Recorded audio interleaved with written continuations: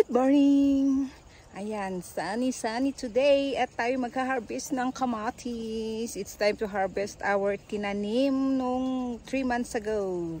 Ayan, so ipapakita ko sa inyo ang mga kamatis na hinog na ating iha-harvest.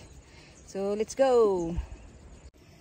So, there is the kamatis. Ayan, okay na sila. They're ready to harvest na. Pipiliin lang namin yung mga hinog. Yan, so there. Ayan. We're going to harvest our tomato today. Ayan, at ito ay 3 months old na. So, saktong-sakto 3 buwan na hinog. Mag-harvest na tayo. Ayan. So, ganito ang farmer. Sadyang kung may itinanim, may aanihin. Ayan. So,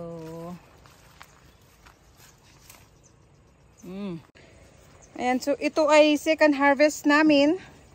Hindi ko na videohan nung una dahil ako ay busy. Pero ngayon, pwede na. So, there. Ayan, hanggang doon. Pipiliin lang namin yung nahinog at iiwan yung hindi hinog para may iha-harvest after 3 days. Yan, ganito. So, ganito guys talaga ang farmers. Pag sadyang kung may itinanim, may aanihin.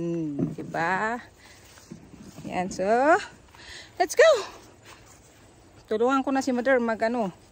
Tama na ang video. Ayan si Mother, nangunguha ng kamatis.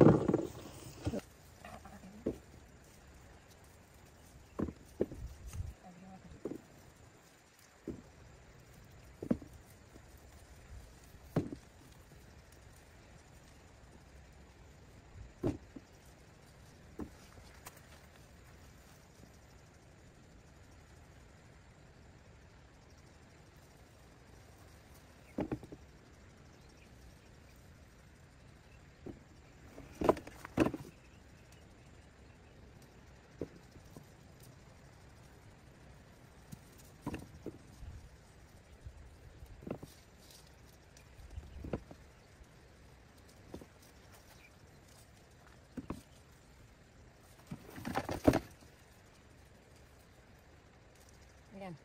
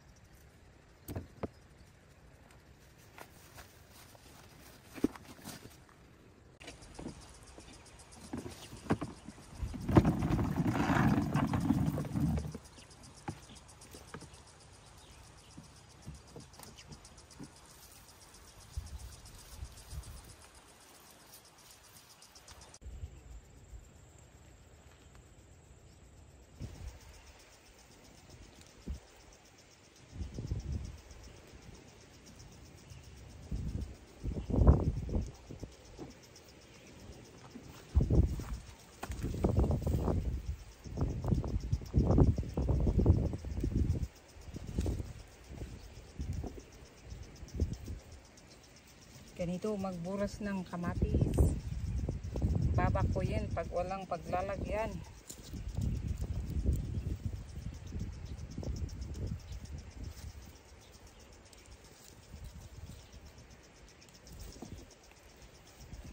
Ayan, tapos na kaming magburas.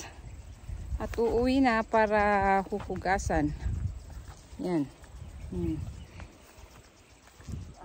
Ito yung iba. Ayan na si Mother. Yung binuras namin doon sa sasakyan at iuwi namin para huhugasan. Ayan. So ayan. At tapos na tayong magburas at iuwi na natin para hugasan at dalhin sa market. Yan. Ayan yung mga kapatis. Yung iba nasa sasakyan. So,